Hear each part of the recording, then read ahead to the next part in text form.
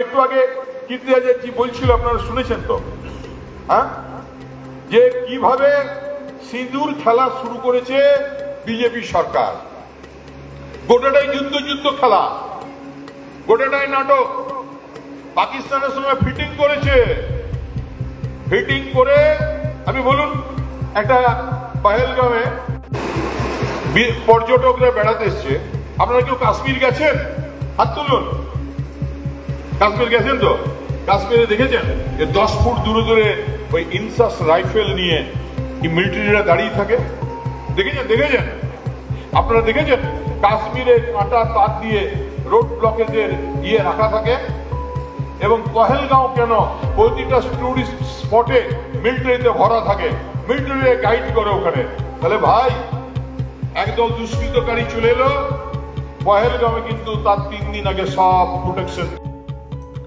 দেখুন, আজকের এই ভিডিও বলুন, বক্তব্য বলুন, যেটাই সবটাই পাণ্ডবেশ্বর বিধানসভায় বসবাসকারী যারা ব্যক্তিরা আছেন তাদেরকে উদ্দেশ্য করে। দুদিন ধরে একটা বিতর্ক চলছে যে আমাদের দেশের সেনাবাহিনী যেভাবে পাকিস্তানের জঙ্গি ঘাঁটি ধ্বংস করে দিয়েছে অপারেশন সিন্দুরের নামে। পহেলগামে আপনারা জানেন যে আমাদের জঙ্গিরা এসে আমাদের বেশ কিছু ভাইদের বোনেদেরকে হত্যা করেছিল, বেশ কিছু মায়েদের স্মৃতির সিঁদুর মুছে দিয়েছিল। তারই বদলা হিসাবে আমাদের দেশের প্রধানমন্ত্রীর ইচ্ছা শক্তি ছিল যে পাকিস্তানকে একটা জবাব দিতে হবে। দেশের সংখ্যাগরিষ্ঠ মানুষও চাইছিলেন যে একটা জবাব দেওয়া হোক, এবং সবাই মিলে প্রধানমন্ত্রীজিকে সমর্থন করলো এবং সেনাবাহিনীকে তিনি ফ্রি হ্যান্ড দিলেন, এবং অপারেশন সিন্দুর নামে যে অভিযান চালানো হলো সেটাতে পাকিস্তানের কয়েকটা জঙ্গির ঘাঁটি ধ্বংস করে দেওয়া হলো।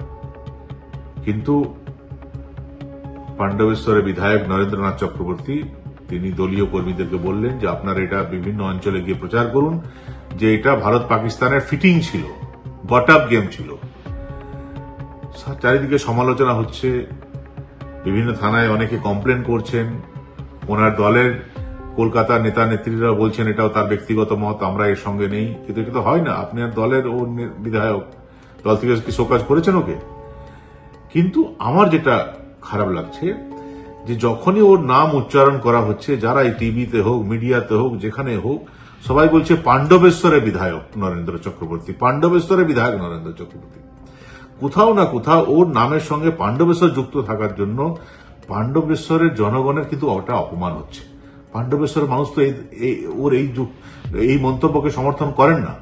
পাণ্ডবেশ্বরের মানুষ তো সেনাবাহিনীর সঙ্গে, পাণ্ডবেশ্বরের মানুষ তো পাকিস্তানের জঙ্গি ঘাঁটি ধ্বংস করার পক্ষে। কিন্তু যেহেতু ও পাণ্ডবেশ্বরের বিধায়ক হিসেবে নিজের পরিচয় দেয় বা বিধায়ক হয়েছে, বারবার পাণ্ডবেশ্বরের নাম চলে আসছে। এবং আমি পাণ্ডবেশ্বরের জনগণকে বলবো যে প্লিজ, আপনারা যে ওর সঙ্গে নেই, ওর এই বক্তব্যকে আপনারা ইন্ডোর্স করেন না, ওর এই যে মিথ্যে কথা বলার অভ্যাস সেটাকে আপনারা পছন্দ করেন না, এবার সময় চলে এসছে রাস্তায় নেমে এটা দেখাতে হবে। না হলে কি ও এমন একটা বাতাবরণ তৈরি করে রেখেছে যে ও যেটা বলবে পাণ্ডবেশ্বরের মানুষের সেটাই মত। পাণ্ডবেশ্বরের অনেক মানুষের সঙ্গে আমি কথা বলেছি, 5 বছর আমিও ছিলাম, তারা কিন্তু এরকম না। তারা দেশের পক্ষে, তারা সেনার পক্ষে, তারা সমাজ গড়ার কারিগর। সমাজে যারা ধ্বংস করতে চায়, সমাজের রীতিনীতি যারা ধ্বংস করতে চায়, তাদের সঙ্গে পাণ্ডবেশ্বর মানুষ থাকতে পারেন না। পাণ্ডবেশ্বর ভদ্রলোকদের জায়গা। পাণ্ডবেশ্বর নরেনিটাকে বানিয়ে দিয়েছে কয়লা চোর, লোহা চোর, বালি মাফিয়াদের জায়গা, কিন্তু তা না। পাণ্ডবেশ্বর অনেক গুণী ব্যক্তি আছেন, তাদেরকে সামনে আসতে দেওয়া হচ্ছে না।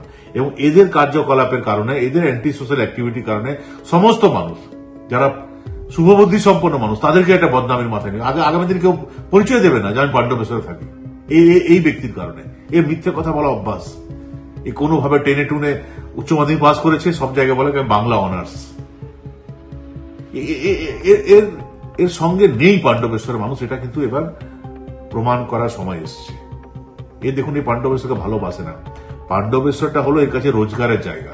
পাণ্ডবেশ্বরে পড়ে আছে, এখান থেকে বিভিন্নভাবে অর্থ রোজগার করে, সে অর্থ দিয়ে বিভিন্ন জায়গায় সম্পত্তি তৈরি করে, সেটা করুক।